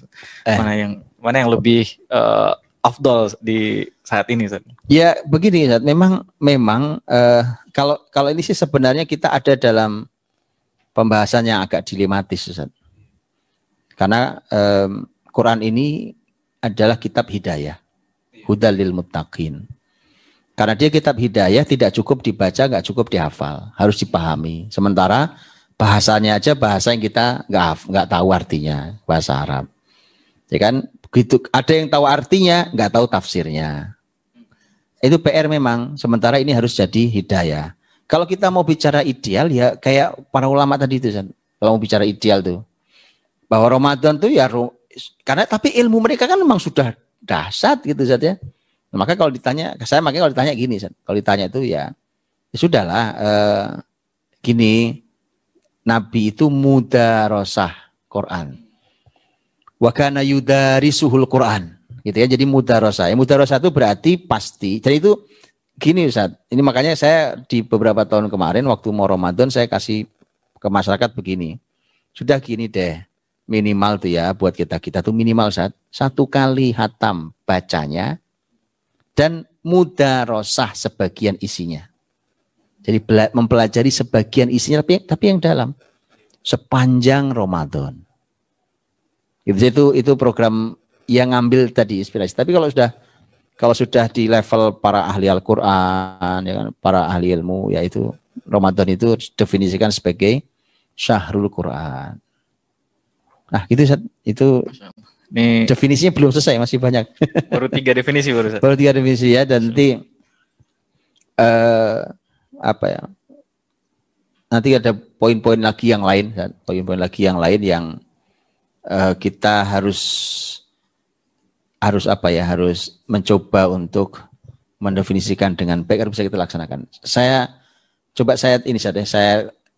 kasih satu lagi deh. Ya nanti tolong didefinisikan berikutnya. Tapi saya kasih satu lagi. Yaitu ketika Ramadan, yang sangat spesial di Ramadan juga tema iktikaf. Yeah. Itu bahkan disebutkan di ayat 187-nya. Wala tubashiruhunna wa antum aakifun iktikaf fil masajid. Jadi iktikaf ini spesial di Ramadan. Nabi itikafnya 10 hari terakhir, kecuali Ramadan terakhir beliau itikaf 20 hari terakhir. Dan kita tahu itikaf itu batal ketika keluar masjid. Nah, gitu. Yeah. Jadi kan itikaf itu kan batal ketika keluar masjid. Nah, itu silakan dibahas dalam pembahasan fikih itikaf. Cuma yang ingin saya sampaikan begini. Nah, sekarang gini, kalau Ramadan itu itikaf, ya tolong didefinisikan dulu itikaf itu apa sih? Gitu. Itikaf itu apa sih? Definisi yang benar itu gimana? Ternyata lihat cara Nabi itikaf sih luar biasa. Ustaz. Ini ada 2 riwayat, Ustaz. 2 riwayat yang menyampaikan Nabi itu mulai masuk masjid tanggal berapa? Ada 2 riwayat. Riwayat pertama mengatakan 20 malam 21. Berarti kalau sudah masuk maghrib, Ustaz, tanggal 20 maghrib kan sudah masuk malam 21. Kalau hitungan hijriah malah sudah tanggal 21. Ya kan? Oke. Itu ada riwayat yang mengatakan Nabi masuk di situ. Untuk itikaf, mulai itikaf masuk di situ. Ada riwayat lain yang mengatakan Nabi masuknya 21 subuh. Begitu sholat subuh tanggal 21, Nabi sudah langsung bablas sampai nanti keluar-keluar adalah hari Id. Nah, bagaimana menggabungkan itu? Ulama mengatakan begini. Nabi mulai masuk masjid 20 malam 21. Tapi Nabi mulai masuk mu'takafnya 21 subuh. Apa itu mu'takaf? Mu'takaf itu Nabi buat tenda di dalam masjid. Nah, saya mohon maaf, agak saya kritik dikit boleh ya? Ini kritik dikit aja. Hari ini tuh ada yang niru Zat, naruh tenda di masjid. Iktikaf tuh ada, saya saksikan di foto itu iktikaf. Pokoknya ada tenda di dalam masjid Zat. Kenapa iktikaf gitu kan? Ya nggak apa ya, ini kan niatnya baik mungkin ya, semangatnya tinggi. Tapi boleh saya kasih masukan supaya lebih baik ya. Itu tujuan bangun tenda itu apa? Apa gunanya Anda bangun tenda di dalam masjid? Tapi masih juga kalau itikaf tuh ngobrol sama temannya. Tujuan Nabi membuat mu'takaf, tempat Nabi menyendiri di dalam tendanya itu, Nabi nggak bicara dengan makhluk sama sekali. Jadi, tapi lumayan lah Ustaz ya, hari ini bangun tenda dulu ya kan. Ya kan? Sedikit ikhtiar Ustaz. Iya. Kan kalau orang Indonesia itu enaknya selalu serba lumayan. Lumayan Ustaz daripada enggak, ya bagus lah ya. Lumayan ya kan. Tapi kalau kita mau perbaikan ya gitu, jangan cuma tenda dibangun. Iya. Kan? Jadi teman-teman, rahmati Allah, ternyata i'tikaf itu ruhnya Nabi ingin memutus dunia ini. Latihannya cuma 10 hari. Itu ruhnya i'tikaf. Makanya kita itu dilatih untuk itu. Sehingga nanti dengan urusan dunia itu enggak rumit gitu loh. Enggak beban, rumit. Mengeluarkan harta untuk kita keluarkan harta tuh ya Allah. Rasa di hati itu berat gitu kan. Untuk mengeluarkan infak wakafnya berat. Kemudian urusan dunia itu rumit, urusan tadi kuliner saja itu ruwet gitu urusan. Nggak ada sambal dikit aja protes. Semua sudah ada, sambal doang yang nggak ada. Itu ya Allah kayak nggak ada apa-apa. Jadi nanti urusannya cuma urusan apa namanya penampilan nih, baju ya kan. Baju nih urusan ini ya kan. Ya Allah ruwetnya hidup dunia itu. Dunia dibikin mudah saja.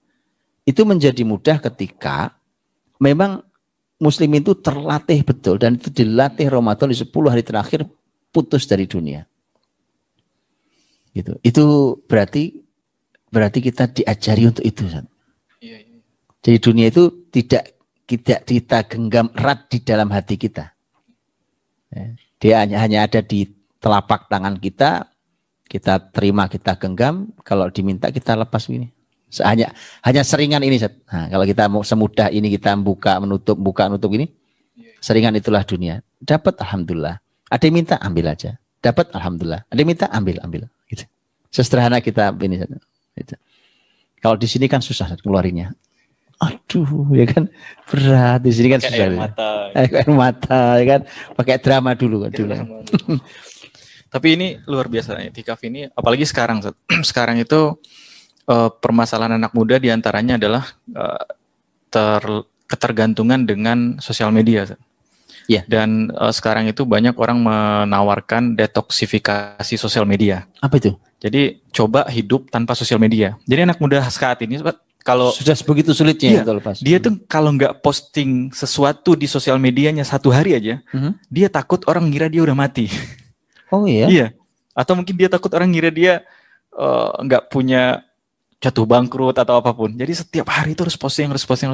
Kalau ada i'tikaf ini mungkin semua kebaikan terkumpul di Ramadan ini saatnya. Jadi di i'tikaf itu kalau seandainya, ini logika saya aja, mungkin orang fikih yang lebih paham. Kalau logika saya, kalau keluar masjid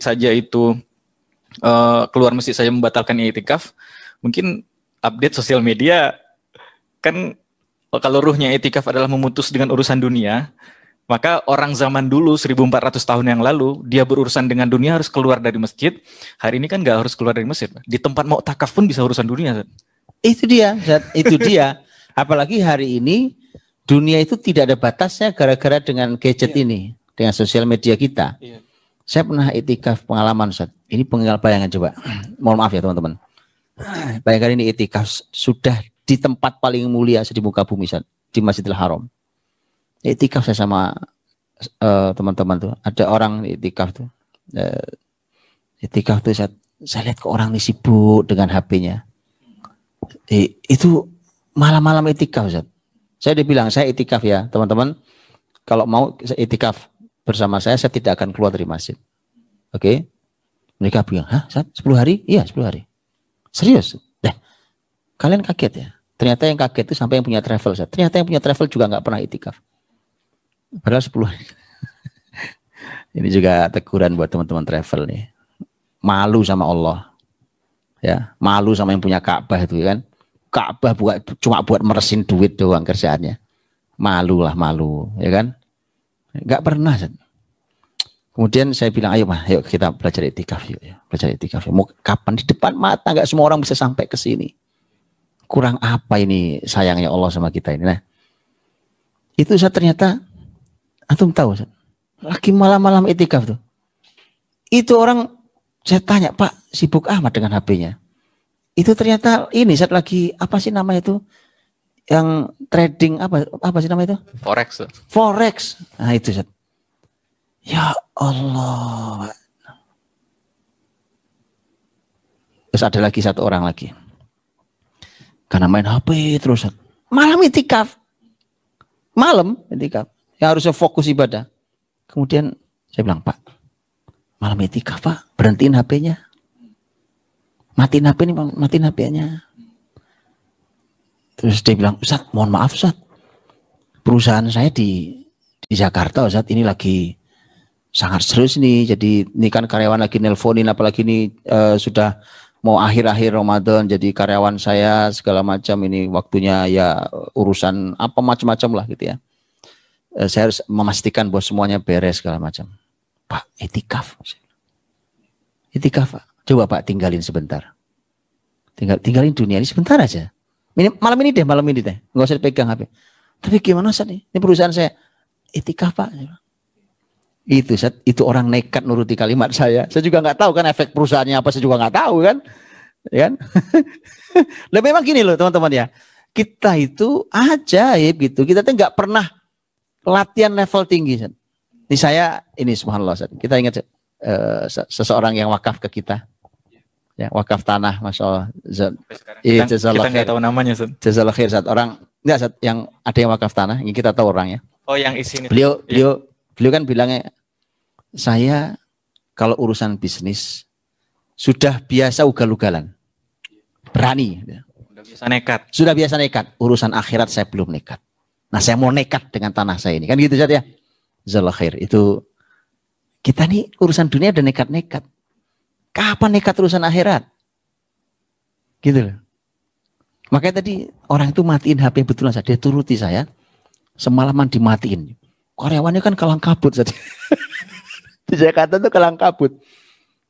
Besok pagi dia buka HP. Siang itu dia buka. Begitu dia buka tuh. Dia baca itu kan. Terus temui saya. Terima kasih banyak Ustaz Budi. Emang kenapa Pak? Masya Allah. Kemarin itu sebenarnya sedang ada masalah di kantor saya itu. Terus waktu saya matikan tuh ada masalah sebenarnya Ustaz, belum selesai. Tadi pagi dikabari, siang dikabari, alhamdulillah udah selesai. Gak percaya sih dari kasih tahu. Ini kan kayak nggak punya Tuhan aja kita nih, yang bisa menyelesaikan seluruh masalah dunia itu kayaknya kita yang hebat sendiri begitu. Jadi teman-teman, masya Allah, kita tuh sampai gini nih. Ini contoh saat masa pandemi seperti ini tuh kita akhirnya kemudian sampai tidak seperti nggak punya Allah tuh. Sampai kayak nggak punya Allah itu karena saking segala sesuatu dunia itu ingin kita, segalanya kita genggam semua ini segala macam. Sampai kemudian kita nggak pernah berlatih yang baik untuk nyapih dunia itu. Dan Ramadan memberi pelajaran mahal dengan Ramadan Syahrul I'tikaf. Itu sebenarnya Syahrul Uzlah wa Tahannus. Gitu. Uzlah menyendiri kita dengan Allah, tahannus kita ibadah beberapa malam di 10 hari. Jadi ayo bismillah teman-teman ya. Saya sudah sering sampaikan bismillah. Yang belum pernah nyobain iktikaf 10 hari, kapan kita mau iktikaf full 10 hari itu kapan? Ya kan? Saya masih kerja, yuk cuti lah. Ya kan? Enggak, nanti daripada Allah cutikan loh.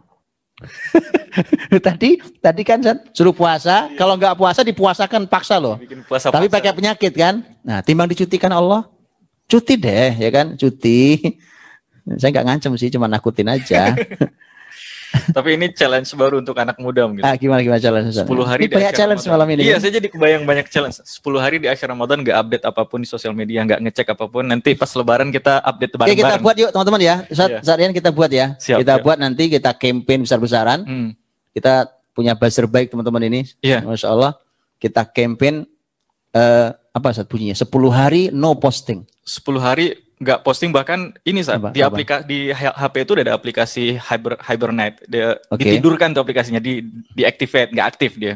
Jadi benar-benar sama sekali nggak ngecek. Nanti abis salat Idul Fitri kita baru update tuh, maaf-maafan lah gitu. Ya, jadi challenge accepted. 10 hari hibernasi. Hibernasi. Oke, siap. 10 hari hibernasi seluruh akun medsos kita. Iya. Kita buat kita campaign ya. Hari ya. Sebenarnya ada pertanyaan sebenarnya. Apa tanya gimana? Ini saya pengalaman saya bergerak di lembaga sedekah itu udah 7 tahun. Masya Allah. Dan salah satu hal yang paling saya pikirkan, sampai saya berdebat dengan salah satu direktur lah, tokoh itu, di WhatsApp itu saya tanya.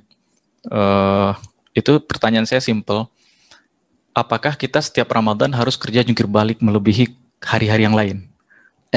Nah itu jadi ini juga, atau mungkin nanti kita di Baitul Mal kita coba, kita nerima wakaf, campaign wakaf 20 hari awal, hari ke-21 kalau untuk wakaf nih linknya, wakaf aja sendiri.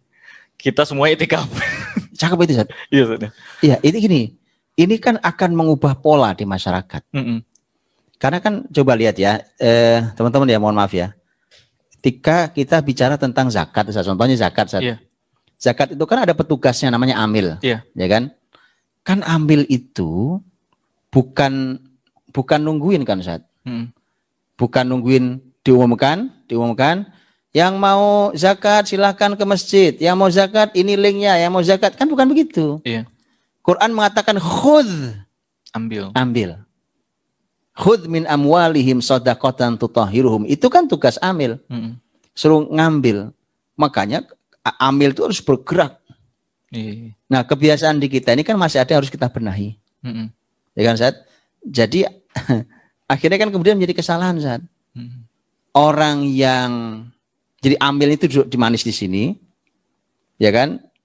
Orang yang mau zakat datang ke sini. Begitu nanti dia bagi zakat dia nggak gerak juga. Orang miskin suruh ngantri di situ. Yang desek-desekan, yang rebutan, yang memalukan umat ini. Kasihan orang-orang tidak mampu. Dia dipertontonkan begitu, subhanallah. Banyak orang-orang yang tidak mampu, Zat. Tapi dengan ifah dalam dirinya. Ya. Dia tidak mau ngemis, nggak mau datang ke tempat itu karena harga diri yang sangat tinggi. Kan mestinya kita datangi. Dia nggak mungkin mau datang berdesakan kayak gitu. Karena jiwanya merasa jatuh. Saya ngantri cuma urusan mengambil zakat. Itu contoh mengubah. Nah, maka masyarakat tadi juga kita boleh ubah juga set pola-polanya ya kan. Mau ini ya sudah ini ya gitu. Ini kita ubah polanya, umpamanya gitu ya. Tentu kan begini, bagaimana dengan yang tugas-tugas penting ya? Tugas penting silahkan tugas. Saya cuma ingin kita, kapan sih kita mau terus beralasan? Mau terus beralasan untuk tidak kunjung mencoba apa yang dilakukan Rasulullah SAW. Itu aja sebenarnya. Saya tahu bahwa sebagian kita itu punya tugas-tugas yang tidak bisa ditinggal sama sekali. Bahkan di 10 hari terakhir Ramadan. Saya tahu. Itu penting, itu wajib Anda lakukan itu. Cuma, masa iya sudah puluhan kali Ramadan kita, belasan kali Ramadan kita, gak lakukan apa-apa perubahan dalam hidup ini. Cobain walau sekali saja dalam hidup tuh. Sekali dalam hidup tuh. Gitu ya. Gitu Ustaz, itu definisi. Yang kedua nggak bisa masuk, ini berarti udah habis waktunya. Ada sesi tanya jawabnya. Mungkin masuk satu poin penutup Ustaz. Satu poin penutup yang saya maksud dengan hasil gini Ustaz, nanti bisa dilanjutkan. Yang saya maksud dengan hasil begini. Ramadan dengan definisi macam-macam tadi belum selesai juga, tapi silakan didefinisikan Ramadan itu apa? Nah, apa hasilnya? Hasilnya itu Allah ingin mengenalkan berbagai macam istilah akhirat Ustaz, untuk hidup kita. Di Ramadan itu nampaknya memang kita ini disuruh ini Ustaz, betul-betul disuruh puasa dari dunia sebenarnya. Sampai istilah-istilah yang Allah kenalkan itu semua akhirat. Hasil, di sisi hasil contohnya. Tadi Ustaz sampaikan. Nabi SAW menyampaikan atakum syahrun mubarak, telah datang pada kalian bulan yang diberkahi. Kata berkah itu akhirat banget. Walaupun efeknya ke dunia. Al-barokah itu Masya Allah. Barokah itu turun dulu dari langit. Kan gitu Ustaz. Lo anna ahlul qura amanu wattaqula fatahna alaihim barokatin minas sama, dari langit, wal ard, memancar dari bumi. Jadi perlu Allah hadirkan keberkahan. Jadi, nah itu maksud saya hasil tuh. Nah definisikan kata berkah itu. Berkah itu apa, bagaimana untuk kita tahu Ramadan kita hasilnya harus ini. Gitu, harus berkah ini. Sehingga nanti kita semakin semangat untuk menjalankan Ramadan karena hasilnya sehebat ini. Itu barokah. Tapi definisikan dulu berkah itu apa. Nanti umpamanya yang kita sering dengar la'allakum tattaqun, tentang takwa. Coba definisikan takwa itu apa sih? Itu hasil juga. Gitu saja ya. Takwa itu apa? Umpamanya kalau kita ngambil definisinya beberapa sahabat. Sahabat tentang takwa umpamanya. Gitu. Umpamanya al-imanu bitanzil, al-khawfu minal jalil, al-isti'dad liyaumir rahil. Itu kan definisi-definisi yang indah dari sahabat gitu ya. Jadi takwa itu, jadi definisi gini teman-teman. Kalau definisi itu menghambarkan makna utama, cari definisi lain deh. Gitu. Karena gini, takwa adalah menjalankan perintah Allah, menjauhi larangannya. Hambar. Sudah hambar itu. Cari definisi lain. Sahabat ulama mendefinisikan lain. Contohnya tadi saya bacakan. Jadi takwa itu apa sih? Takwa itu al-imanu bitanzil. Beriman kita kepada Al-Quran. Al-khawfu minal jalil. Kita punya rasa takut pada Allah yang Maha Agung. Kemudian al-isti'dad liyaumir rahil. Kita persiapan untuk hari keberangkatan. Arti kematian. Definisi takwa luar biasa. Ada lagi yang ditanya, takwa itu apa? Dijawab, pernah nggak jalan di atas tanah penuh duri? Pernah. Apa yang kamu lakukan? Saya hati-hati ngelangkahnya. Itulah takwa. Jadi gitu loh. Itu definisi takwa. Jadi masalah, jadi kemudian jadi hidup takwa itu. Takwa itu apa sih? Berarti takwa itu berarti hati-hati, dunia ini penuh dengan duri, fitnah, apa. Jadi di mana kaki diletakkan, meletakkan kaki itu dilihat ada fitnah enggak, ada syubhat tidak, ya kan? Mengganggu iman saya tidak, akhlak saya terpengaruh tidak. Itu kan di mana kaki diinjak, karena itu duri, banyak duri. Letakkan hati-hati itu. Dan seterusnya itu dan seterusnya. Jadi tolong dicari ya hasil dari Ramadan itu apa saja, ya kan? Itu yang saya sebut dengan hasil. Sehingga nanti Ramadan kita akan cek tuh apakah hasil ini ada, sekaligus menyemangati kita supaya kita menjalankan Ramadan dengan maksimal, karena ternyata hasilnya seperti ini dahsyatnya dalam hidup kita. Bisa? Tadi ada al-barokah, ada at-taqwa, ada al-maghfirah, ampunan. Man shoma ramadhana imanan wahtisaban ghufira lahu. Jadi ampuni. Jaga man qoma ramadhana imanan wahtisaban ghufira lahu. Jadi qiyam Ramadan itu maghfirah, diampuni Allah. Kemudian pamannya surga, Ar-Rayyan, pintu Ar-Rayyan, ya, pintu khusus orang-orang yang berpuasa surga. Kemudian umpamanya syafaat, ya, Nabi SAW mengatakan Al-Qur'anu was-saumu yashfa'an, ya kan, bahwa Quran dan puasa itu memberi syafaat untuk yang melakukannya. Nanti puasa akan mengadu pada Allah, ya Rabb, mana'tuhu syahawat fin nahar. Aku yang menghalangi dia untuk memenuhi syahwatnya di siang hari. Nah, kalau Quran bilangnya mana'tuhun nauma fil lail. Aku yang menghalangi dia tidur di malam hari. Makanya kemudian dibalas dengan syafaat. Berarti ada kata asy-syafa'ah. Itu semuanya ukhrawi. Jadi muslim tuh di Ramadan mestinya hidupnya sudah betul-betul dapat akhirat. Enggak dunia lagi. Cuma Ramadannya cuma puasa gitu aja. Jadi makanya semua menjadi hambar dan produktivitas Ramadan kita lemah sekali. Cukup saya kira, itu panjang, lanjutkan sendiri lah ngajinya, itu saya cuma buka pintunya itu. Jazakumullah khair Saudi. Ini saya mencatat banyak poin ini. Kalau saya simpulkan, saya ulangi. Saya ngomong lagi 2 jam, Ustaz. Jadi lebih baik saya ulangi. Kita masuk ke ada sesi tanya jawabnya, Ustaz. Kita masuk sesi tanya jawab untuk beberapa pertanyaan kita akan coba bacakan. Mungkin bisa. Ya. Baik, Ustaz Kedua, jazakumullah khairan. Ini karena waktunya sudah jam 10 saat ini di Surabaya. Jadi panitia memutuskan untuk tidak ada sesi tanya jawab. Tadi sebenarnya sesi tanya jawab sudah diwakili oleh Ustadz Muhammad Fitrian ya kepada Ustadz Budi begitu. Jadi anggap saja atau kami anggap itu sebagai sesi tanya jawabnya. Dan insya Allah nanti ini para peserta masih akan bertemu dengan Ustadz Budi Azhari di bulan Ramadan, Ustadz Budi ya. Kalau jadwalnya Masjid Jumat Ustadz ya? Ya. Setiap Jumat insya Allah. Jumat pagi. Jumat pagi. Cuman nanti ada Jumat terakhir itu yang masuk ke tanggal yang didiskusikan tadi itu. Oke, nanti untuk Bapak Ibu yang belum mendaftar atau belum registrasi untuk kajian Ustadz Budi Azhari nanti di bulan Ramadan, spesial Ramadan Masjid Al-Irsyad, itu di hari Jumat ya, hari Jumat tanggal 16, 23 dan 30 April, kemudian hari Jumat tanggal 7 Mei. Jadi pagi jam 8 sampai jam 10. Ini lebih maju ya dibandingkan Ustadz lain kan jam 9, Ustadz Budi nanti jam 8 sampai jam 10 tentang janji Al-Quran untuk kemenangan Islam. Dan untuk link pendaftaran registrasi juga sudah kami kirimkan di chat Zoom. Silakan bisa dicek, atau bagi yang saat ini menyaksikan melalui YouTube juga silakan bisa dicek di live chatnya ya di YouTube yang sudah dikirimkan admin. Terima kasih untuk para peserta yang sudah memenuhi Zoom, kemudian juga di YouTube malam hari ini. Selain dari Indonesia juga ada beberapa peserta yang hadir dari Korea, dari Singapura, dari Jepang, kemudian dari Belanda. Kalau Indonesia ya hampir seluruh daerah ya yang absen tadi di daerah barat, timur dan juga tengah Indonesia, termasuk di kota-kota yang berdekatan dengan Jakarta, Bogor, Tangerang, Bekasi.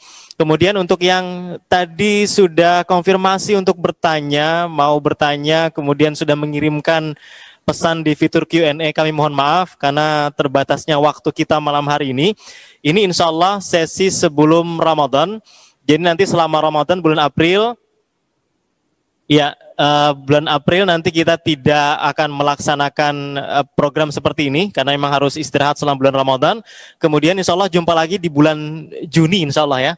Ustaz ya, insya Allah nanti akan jumpa lagi di bulan Juni. Dan malam hari ini juga, data dari panitia menyebutkan ada sekitar 2.600 partisipan yang mengikuti, dan biasanya kalau sudah selesai tambah banyak karena mungkin ada sebagian yang nontonnya besok dan lain sebagainya. Karena ini juga bukan hanya untuk malam hari ini, tentu ditonton di YouTube juga untuk malam-malam berikutnya.